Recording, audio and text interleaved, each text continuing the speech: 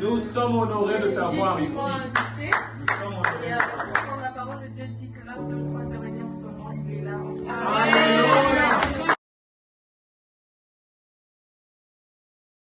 Amen. Amen. Bonsoir, bonsoir à tous. Bonsoir, Papa Guido.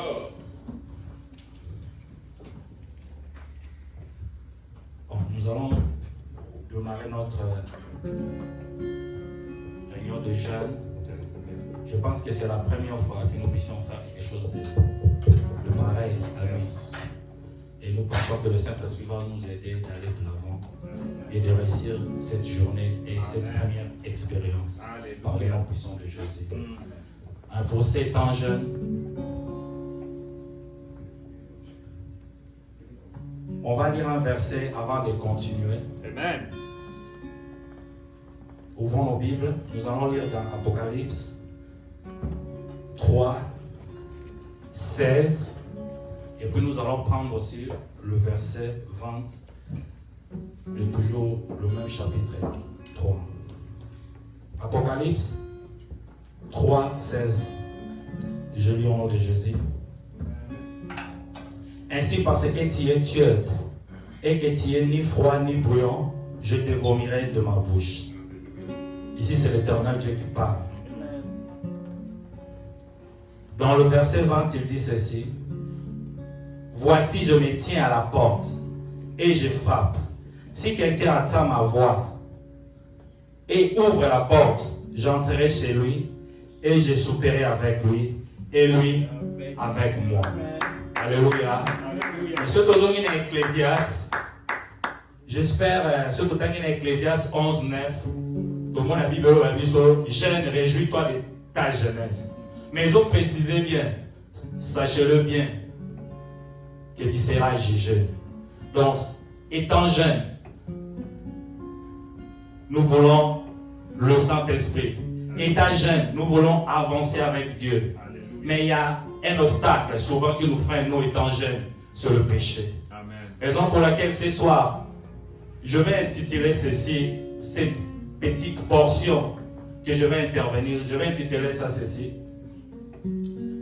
Voyager léger avec le Saint-Esprit. Amen. Alléluia. Amen. Je veux que ce soir, nous puissions voyager léger avec le Saint-Esprit. Alléluia. Souvent, le péché qui nous attache, nous les jeunes, souvent, nous le savons tous. Il y en a beaucoup, surtout aux États-Unis, on peut le numérer. Souvent, les jeunes sont accros dans les masturbations. Les jeunes sont des accros dans des girlfriends, boyfriends.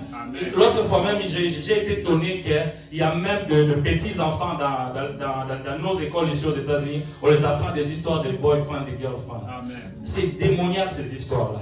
Alors nous étant jeunes, seuls nous ne pouvons pas. Seul le Saint-Esprit peut nous aider à surmonter cela. Raison pour laquelle je mérite que nous puissions rentrer à nous. Commence à regarder ta vie. Parce que nous devons voyager léger avec le Saint-Esprit. Alors regarde, entre à toi. Qu'est-ce qui fait la barrière? Qu'est-ce qui brise la communion avec le Saint-Esprit? Sois conscient, regarde en toi, entre en toi, c'est quoi? Parce que nous allons commencer par là. Nous allons commencer par là. Pendant que nous allons chanter, nous allons prier aussi. Nous allons dire au Saint-Esprit, nous allons dire au Dieu Tout-Puissant de nous pardonner, de nous laver, de nous purifier. Que nous puissions voyager léger avec lui. Alléluia. Alléluia. Soyons concentrés, nous allons prier. Voyager léger avec toi. Cher Saint-Esprit, viens nous Nous aider. d'être libérés, Yahweh, du péché, du poids du péché. Aide-nous, Seigneur du Tout-Puissant. Aide-nous, ô Père de gloire, à voyager léger. Aide-nous, Seigneur de gloire, à voyager léger. Nous voulons être, Seigneur, léger. Nous voulons, Seigneur, Père de gloire, nous débarrasser du péché, Seigneur, Tout-Puissant. Ceci est un monde dans lequel tu nous transportes, Seigneur, dans ta présence. Mais nous ne voulons pas, Seigneur, qu'un mur de péché se lève entre Sois notre prière.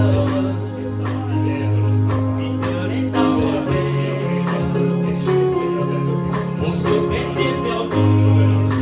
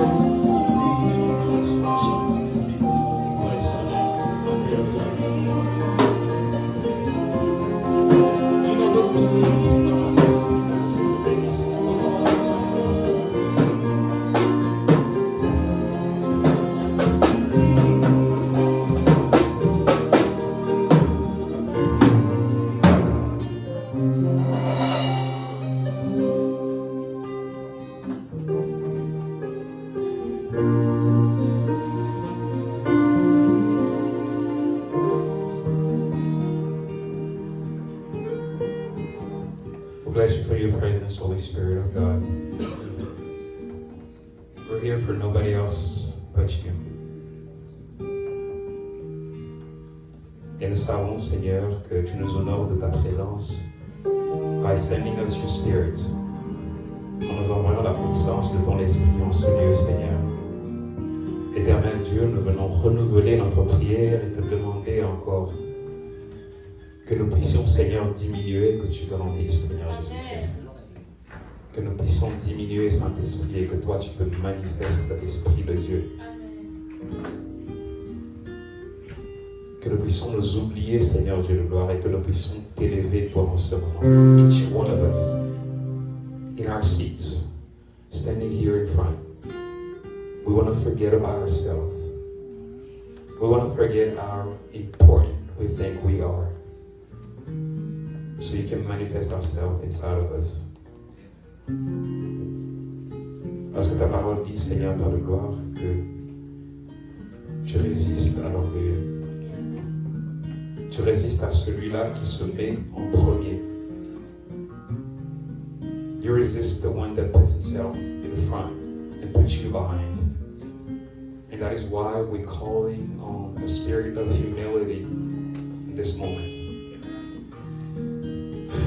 Let us forget how important we think we are, Father God. Let us forget how important we think we are. So we just want to raise the presence of the Spirit. We want to honor you. Laisse que ta puissance se manifeste, Seigneur, ce soir. Dans le nom puissant de Jésus-Christ. Amen, amen, amen. Alléluia. Acclamons le Seigneur. Alléluia.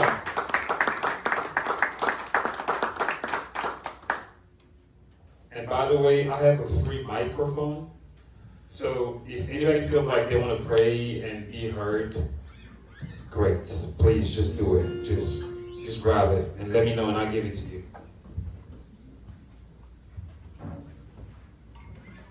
Parce que des fois, sometimes when people hear you praying, lorsque les gens t'entendent prier, ça peut les encourager aussi à élever leur voix. Okay? So, I almost forgot about this. I'm going to have a challenge to speak in both languages at the same time. Alright, so tonight, pour ceux qui ne le savent pas, does anybody know the title of this night? Anybody knows the title of this night? Of this moment? Come on, someone. We had it was in French. You want to try? I couldn't read it. You can read it? Oh, come on.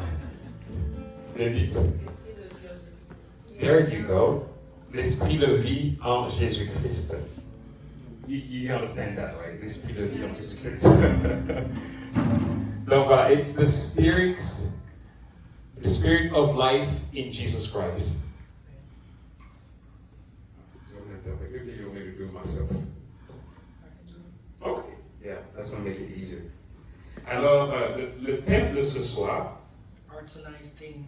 c'est l'esprit de vie en Jésus-Christ. Spirit of life in Jesus Christ. Est-ce que tu peux répéter ça avec moi, l'esprit de vie en Jésus-Christ? Can you repeat that with me? Spirit of life in Jesus Christ. Tu peux encore le dire, l'esprit de vie en Jésus-Christ. Say it one more time. Alors, le passage que nous utilisons, The scripture that we use ça sera dans Romains 8, 1 à 2. is in Romans chapter 8. Alors, je lis ce que le passage dit. In French, sorry. Il n'y a donc maintenant aucune condamnation pour ceux qui sont en Jésus-Christ. En effet, la loi de l'esprit de vie en Jésus-Christ m'a affranchi de la loi du péché et de la mort. So, I wasn't trying to make it like a long preaching thing, but I feel like working together. Ça va rallonger un peu. On n'a pas le choix. Anybody does not understand French? Y a-t-il quelqu'un qui ne comprend pas le français? Anyone who doesn't understand French? Y a-t-il quelqu'un qui ne comprend pas le français? Is it okay if I just go in French? You good? You sure? Can I go fully in French? Okay. I mean, stop me if you feel like, you know, you need a little backup.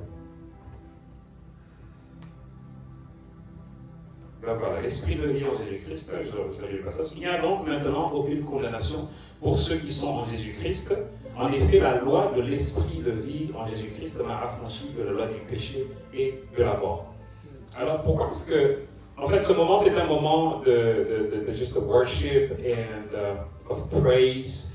And this moment is not meant to like be lingering around sharing and exhorter et tout ça. Mais si je tenais à le faire, c'est parce que des fois, lorsque les gens nous entendent parler de l'esprit, du Saint-Esprit, de louer le Saint-Esprit, il y a des gens qui peuvent peut-être faire l'erreur de croire que we are ignoring Christ and we just doing the Holy Spirit, but which is not the case. So I just wanted to have this moment to specify that as we praise and we say we calling on the Holy Spirit doesn't mean in any way that we are ignoring Christ. Because as we all Christians here, anyone who's not Christian yet? If you're Christian, raise your hand. Okay. So we're not ignoring the fact that Jesus Christ is the number one that we have to go through because He died at the cross. And today we had a moment of prayer and fasting, et c'est là qu'on a appris aussi, on se rappelait de ces choses du sacrifice de Jésus-Christ à la croix. Alors lorsque nous faisons ceci, nous le faisons simplement parce que, comme vous le savez, nous faisons partie des assemblées de Dieu et nous faisons partie de ce qu'on appelle l'Église pentecôtiste. Qu'est-ce que cela veut dire simplement? Simplement, ça veut dire que nous sommes de ceux-là qui croyons que le Saint-Esprit est une part incontournable. The Holy Spirit is like this go-to person in our relationship with God. You know? Et c'est pour ça que nous nous appelons les pentecôtistes justement, parce que nous considérons le Saint-Esprit être cette puissance-là. Est-ce que tu peux dire avec moi, le Saint-Esprit est la puissance de Dieu? The Holy Spirit is the power of God. Yes, c'est pour ça que nous le faisons en tant qu'Église pentecôtiste, parce que nous reconnaissons que c'est l'Esprit auquel nous allons. Alors, lorsque nous lisons la parole de Dieu, nous pouvons voir quand même que dans cette portion de l'Esprit Saint, qu'il y a que l'Esprit, le Saint-Esprit que nous invoquons peut se présenter. C'est une chose que j'ai remarqué en partageant, en présentant ce passage, c'est que the Holy Spirit can be given to you as a measure. So there's places where the Holy Spirit is presented as something that you get as a part of a portion. And there are places where it is presented as being the fullness of the Holy Spirit. Donc tu reçois l'Esprit comme étant une part, et tu reçois l'Esprit de Dieu aussi comme étant la plénitude de l'Esprit. Et j'étais en train de prier, je me disais, mais Seigneur, pourquoi cette différence? Et j'ai commencé à aller à travers la parole. Je ne suis pas un théologien, je suis juste un jeune comme vous, et qui se suit un peu plus à lire la Bible juste pour préparer ce moment. Et j'ai commencé à me rendre compte que I started noticing that a lot of time, lorsque on lit la Bible, and you look at someone that is described as someone who received the fullness of the Holy Spirit, quelqu'un qui a reçu la plénitude, qui était rempli de l'Esprit, those people did some really marking, amazing things, and most of the time, ce n'était pas simplement pour eux-mêmes, mais beaucoup, c'était plus pour laisser une marque pour soit le peuple, pour soit la population, pour quelque chose, une mission spéciale que Dieu leur a donnée. Je vous donne des exemples. Ça commence dans l'Ancien Testament, ça va jusque dans le Nouveau Testament. On va commencer par exemple par le premier, celui que j'ai trouvé, celui de Moïse. Moïse, on dit qu'il a rencontré le Seigneur in the burning bush, dans le buisson ardent. Et lorsqu'il rencontre le Seigneur, spécifiquement là, la Bible ne dit pas qu'il a reçu une part ou qu'il a reçu the fullness of it. The Bible only says that il est venu, il a rencontré l'Esprit de Dieu, le puissant ardent. Mais j'aime bien la parole mise dans Exode chapitre 4, pour celui qui lit, Exodus 4, 21. je t'ai donné le pouvoir de faire des choses extraordinaires. Quand tu seras retourné en Égypte, n'oublie pas de les faire devant les rois de ce pays.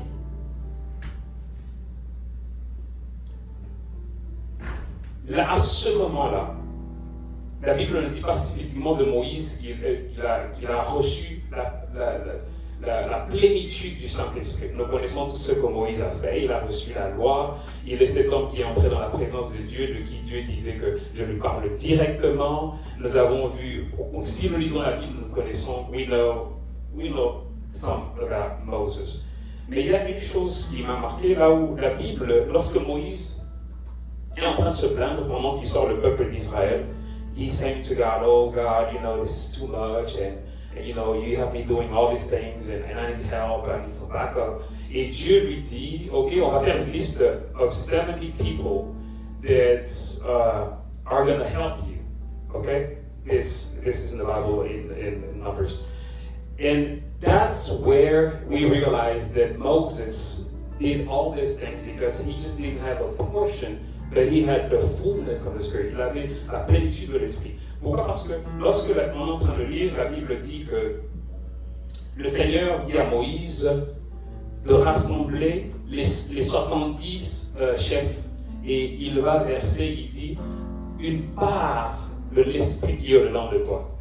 Alors c'est là que l'on comprend que le Seigneur est en train de dire clairement à Moïse qu'il ne va pas donner à ces gens la plénitude de ce que Moïse a, mais il va leur donner seulement une part de l'Esprit. Alors, un autre exemple de quelqu'un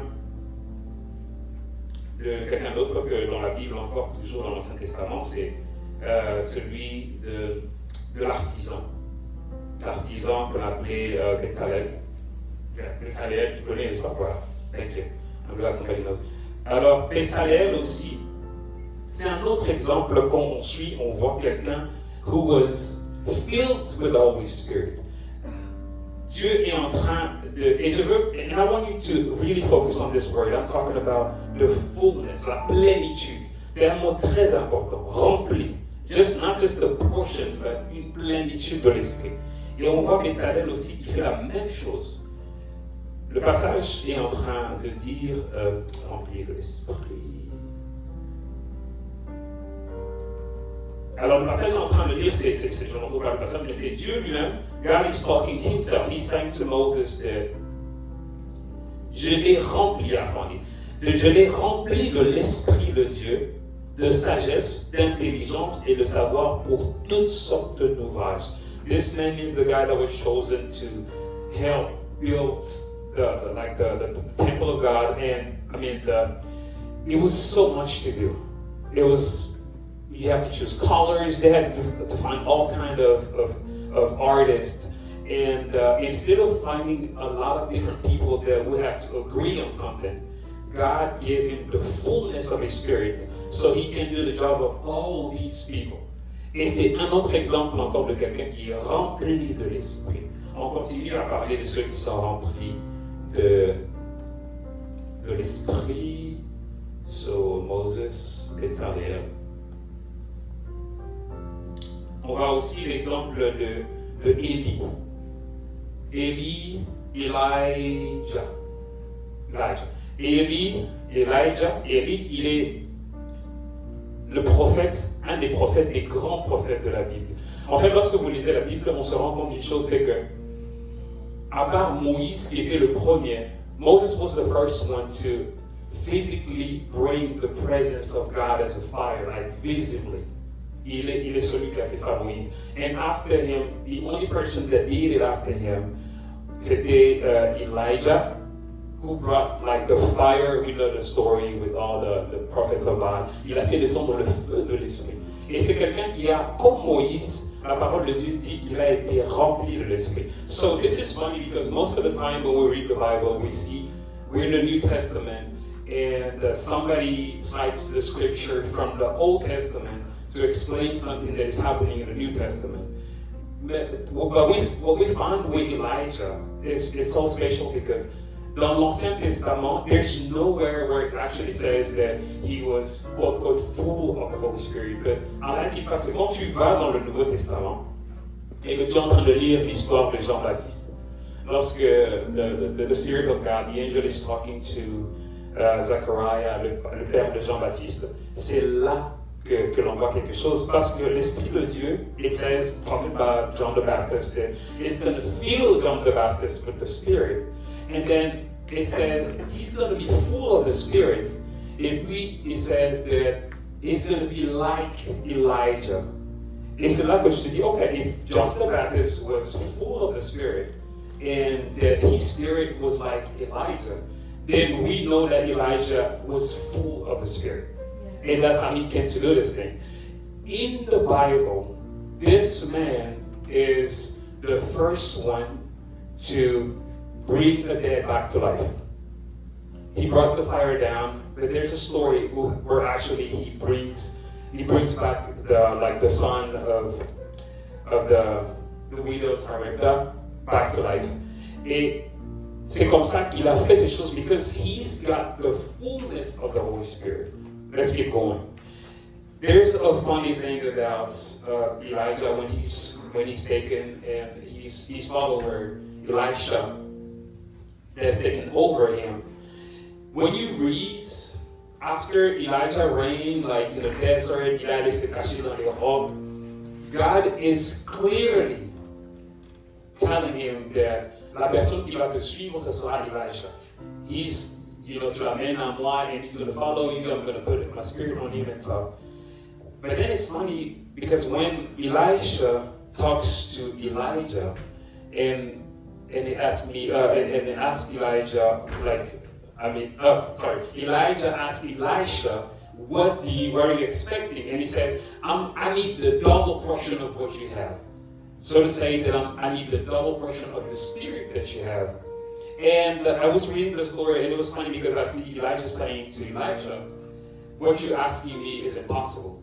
And at that point I was like, what do you mean? He's asking for the spirit, and he's saying that this is impossible. Actually, when you read the story and you go back to the fact that God had already said to Elijah that Elisha was going to follow him and was going to have the spirit, and that Elijah is saying to Elisha that he could give him the spirit, you understand why he said he couldn't. It wasn't because he could give him the spirit. It was because he couldn't give him a double portion of what he had. He was already full of the spirit. How do you give the fullness twice? He can do it.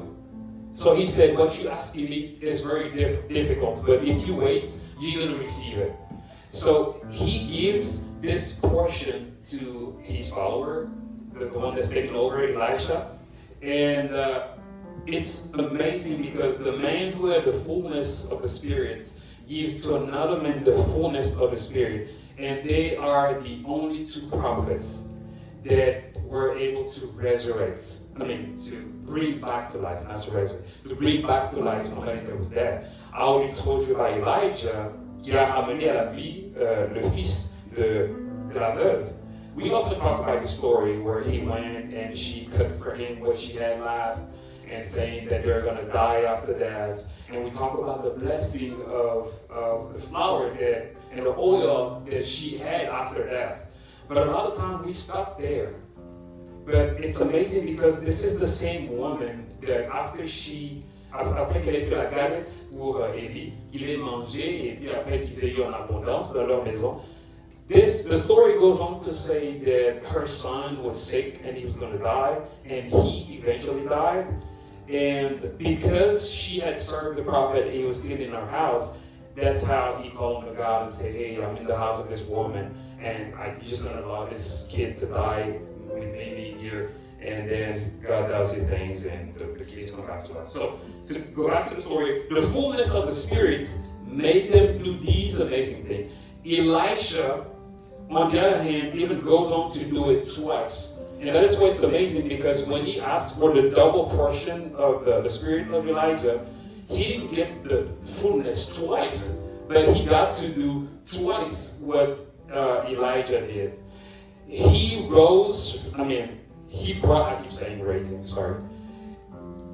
brought back to life two people. Exactly what he had asked for.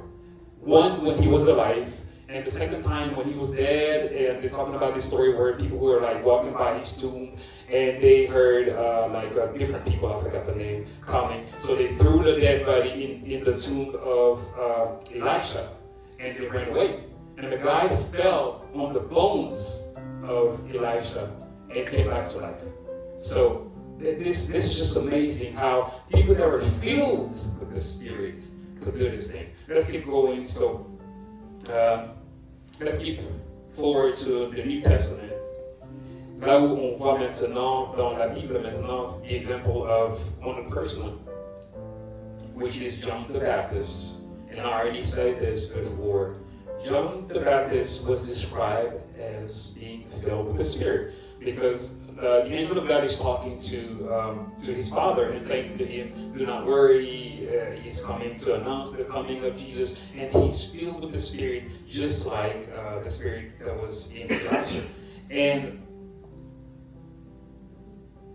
so it's in John chapter 3 verse 34. No, sorry, I gave you another passage. Yeah, that's in Luke chapter 1, verse 15. For those who wants to read the story, the place where the Bible says how John was filled with the fullness of the Spirit. And we know what John the Baptist is. John the Baptist, with the fullness of the Holy Spirit, is the first person in the Bible that God gave the mission to bring d'amener le baptême as something that was done. When I was reading, I was searching for it, trying to see if in the Old Testament they did baptize people. They did not. What they did was they did something that was called purification, where you go yourself, drop into water, and come out. And most of the time, when you came out, you had to take off your clothes and get new clothes, and it was just special occasions. But nowhere is there someone that's actually holding you, putting you water and coming out. Donc c'est quelque chose que Dieu a rempli Jean-Baptiste et lui a donné de commencer cela dans la Bible. And we know the way that he lives, and he was the one that got to baptize Jesus Christ and to see the power of the Holy Spirit coming down on him. Et c'est merveilleux. Tout cela avec la plénitude de l'Esprit. And I like something that God reveals to John the Baptist. John the Baptist received the fullness of the Spirit. He sees the Spirit coming on Jesus. People talk about it as, it was the Spirit that was coming in the shape of a dove and des sortes comme ça. Mais Jean-Baptiste est celui à qui Dieu a donné la grâce to also see the fullness of the Spirit in Jesus Christ. He says this in John 3:34. Il dit ceci, car celui que Dieu a envoyé a dit les paroles de Dieu, parce que Dieu ne lui donne pas l'esprit avec mesure. Insinuating the same thing, that there are people that receive the Spirit with a measure. Mais Jésus-Christ n'a pas reçu l'esprit avec la mesure. He received the fullness of it once again. And of course, Jesus Christ. Jesus Christ who came, Jesus already had the Spirit. Come on, because the Bible says to Mary that the Spirit is going to cover her. Elle va être couverte dans l'ombre et elle va porter un enfant. Il est né déjà de l'œuvre de l'Esprit. Mais lorsqu'il arrive à la dimension où il doit commencer quelque chose d'exceptionnel, il a besoin de la plénitude de l'Esprit. Il a besoin d'être rempli. Luc chapitre 4, Luc chapitre 4 dit que Jésus, enfin il est baptisé au Jourdain et puis il évolue et puis la Bible dit, Jésus étant rempli du Saint-Esprit maintenant, il y a le Spirit, now he goes to the fullness of the Spirit, et puis maintenant l'Esprit l'amène pour être tenté. Et of course il commence son ministère après cela. Et donc voilà beaucoup de petits exemples comme ça in the Bible, showing us that the Holy Spirit can be given to you as a portion, as a measure, or it can, parce que même le diable lui-même ne peut pas, he cannot take away the willingness of your spirit. And if the devil wants to corrupt your spirit, he has to put another spirit inside of you. Because he cannot do it with your own spirit, because your spirit is willing to fight the flesh. So that's why we have to work on our spirit. And how do you work on your spirit that is willing? It's only by having the fullness of the Spirit of God. It's only by the fullness of the Spirit of God that your willing spirits gets to fight and win over flesh. Because if you just consider yourself as being in the spirit that is willing, there's nothing you can do against the flesh. La chair va te traîner avec ses passions, comme la Bible le dit, et tu vas tomber. Et le diable va instaurer ses esprits dedans de lui because you didn't have the fullness of the Spirit. And so this concept of people saying, "Oh no, you know what? He's not really into Christianity and spiritually. You know, he's just like he's just a good soul. He's a good person." That's a lie. That's a lie. Parce que tu es comme un esprit, a spirit that has the will, but then just stuck there. And next time that the evil spirit gets to take over you, what am I doing wrong?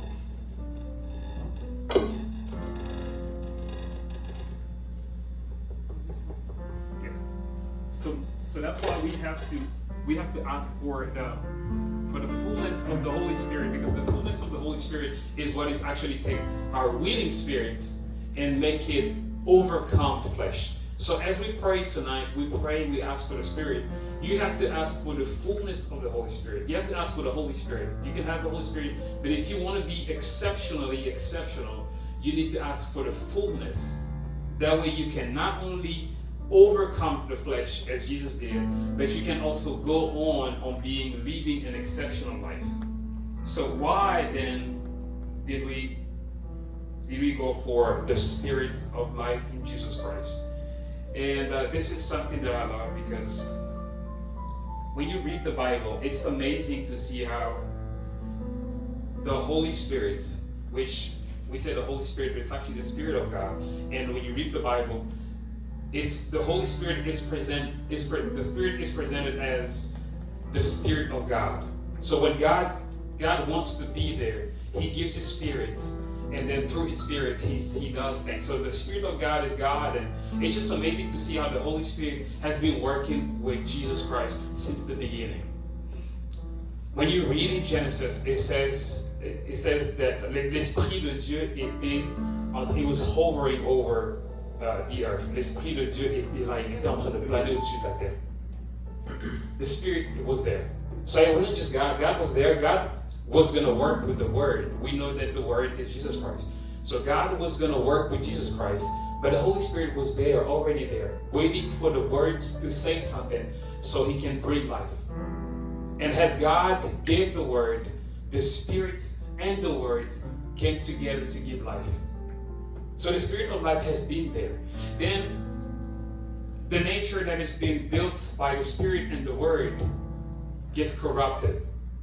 It gets corrupted with sin, and then we move on all the way to the beginning, the coming of Jesus Christ. God does what? He sends the Word and says, okay, you the words, here we can't just do it in the Spirit. You have to go in flesh. So the Word gets to become the flesh. But how does the Word become the flesh? The same thing. Jesus Christ and the Holy Spirit working together. So the Spirit finds a woman, covers the woman, and takes Jesus and puts Him into flesh with the power of God. Somehow, I don't know what's the mystery, but it was amazing for me to just read it, because they've been working together. So the Spirit comes and covers this woman, and then she gets to see the Word becoming flesh.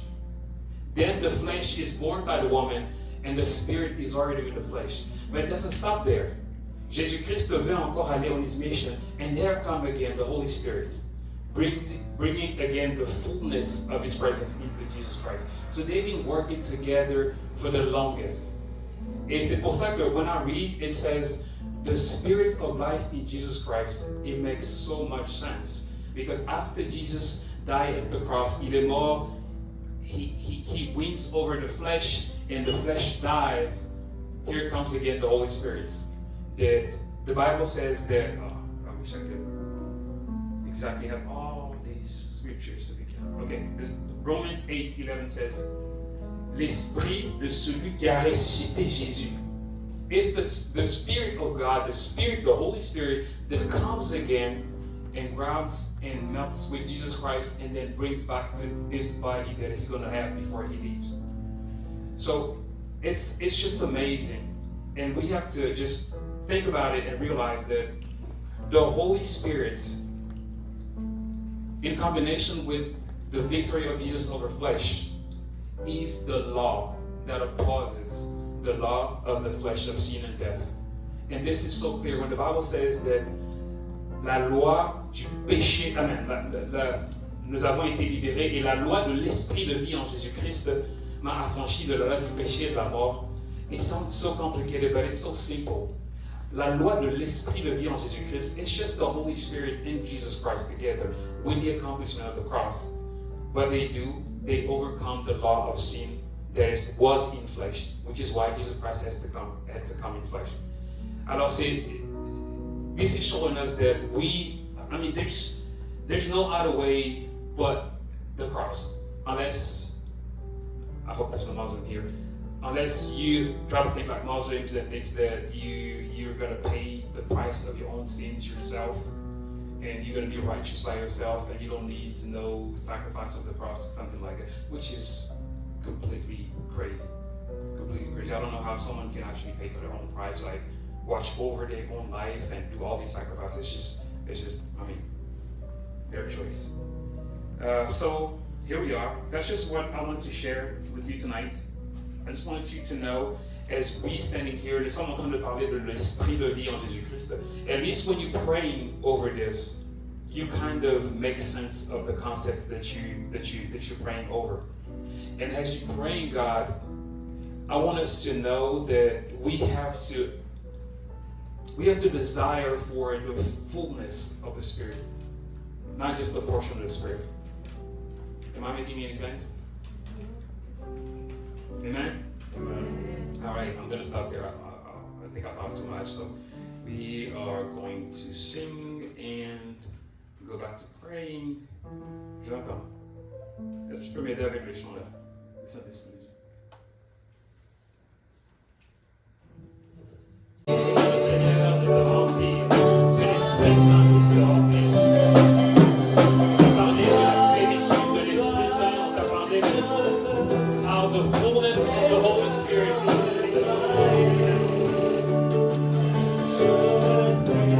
The Holy Spirit takes you to a whole new level. And I want you to call upon the fullness of the Holy Spirit. I want you to pray to God. Say, Father, I understand now the law of the Spirit of life that is coming with Jesus Christ to overcome the law of sin and death. But I want to be filled with your Spirit. I want to be able to do amazing things. I want to be able to overcome the desires of our flesh.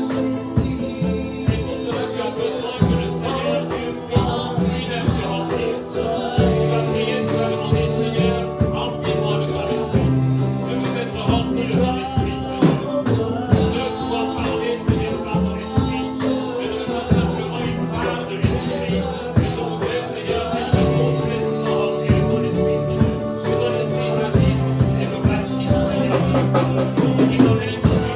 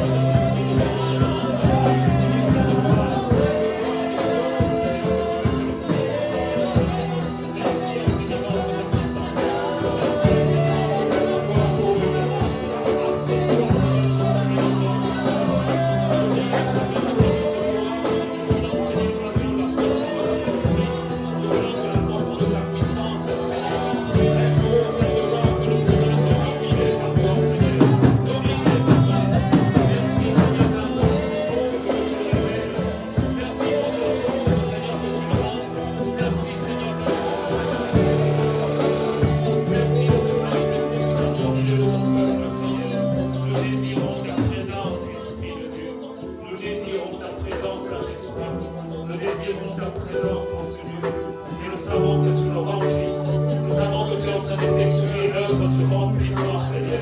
We want to be filled with the Spirit.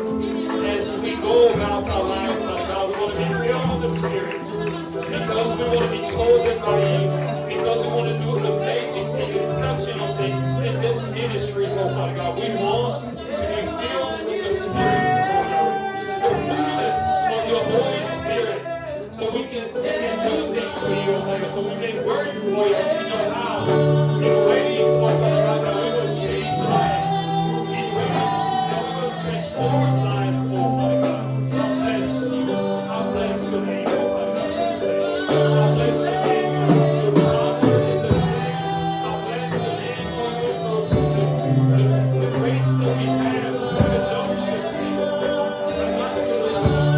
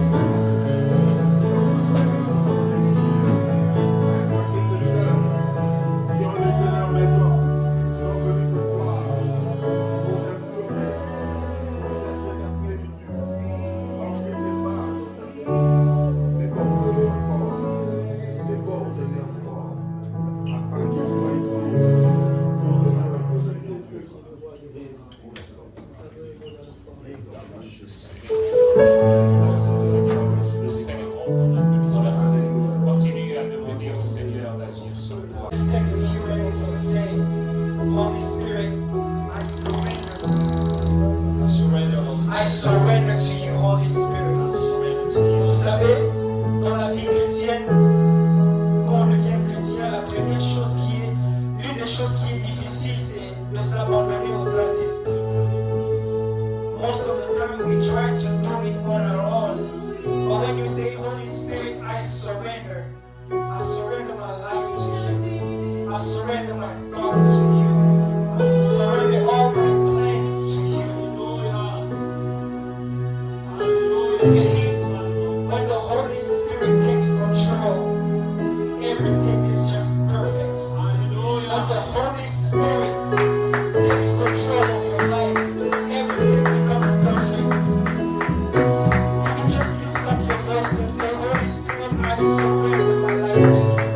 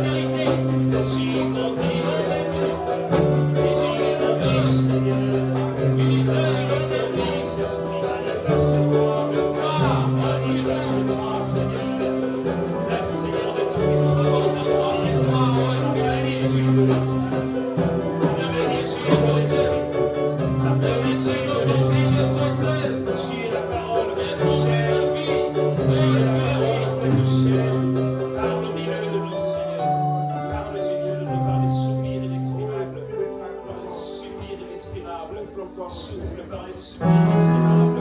Manifeste par les personnes, par les soupirs inexprimables. Esprit, souffle en ce lieu. Souffle en ce lieu.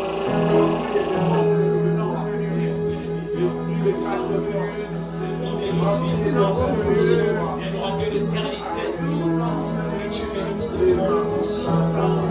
Et que nos vies continuent même après la mort. Oui, tu mérites toute mon Parce que attention. le Saint-Esprit de l'Éternel, qui vit éternellement. Et c'est ton esprit que nous voulons en nous.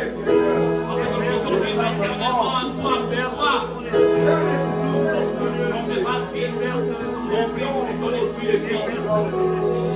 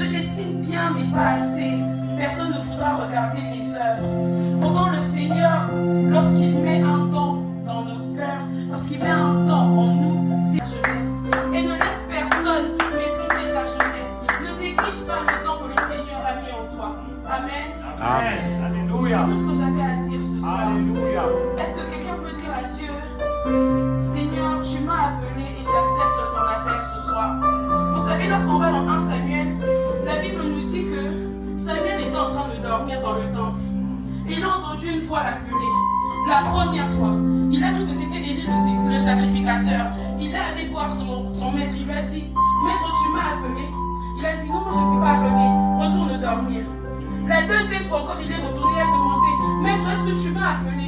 Il me dit non, je ne t'ai pas appelé. Alors, Élie entend compris que c'était le Seigneur qui appelait. So this time, I was in a horrible car accident. I don't know if some of y'all remember. Terrible. And on my way, as I was leaving my apartment, the same way that I got in my last accident where a car came and hit me, same thing happened. So I'm screaming, I slam on my brake, and by the grace of God, so I'm screaming Jesus, they curve in front of me. So I'm just there on the grass, and I'm like, well, I'm still on a worship night. And I'm still a little traumatized by this a little bit. And I've been telling God, like, God protect me in my car. Like every time I get in the car, I'm like, protect me, protect me, protect me. And He protects me. So I just want to tell everyone, you're here for a reason. You're all here for a reason today. No one showed up here by accident. Ta jeunesse. Toi non plus, tu ne dois pas négliger le temps que le Seigneur a mis en toi. S'il a mis ce temps en toi, c'est pour une raison. Lorsqu'on va dans Jérémie, le chapitre 1, au verset 5, la Bible dit, le Seigneur s'adressa à Jérémie et lui dit, avant que je t'ai formé dans le ventre. With one another through worship. I thank you for opening our hearts to receive everything it is that you wanted to pour into our spirits today. I thank you for open hearts that we're able to receive. I thank you for the chains that were set free tonight.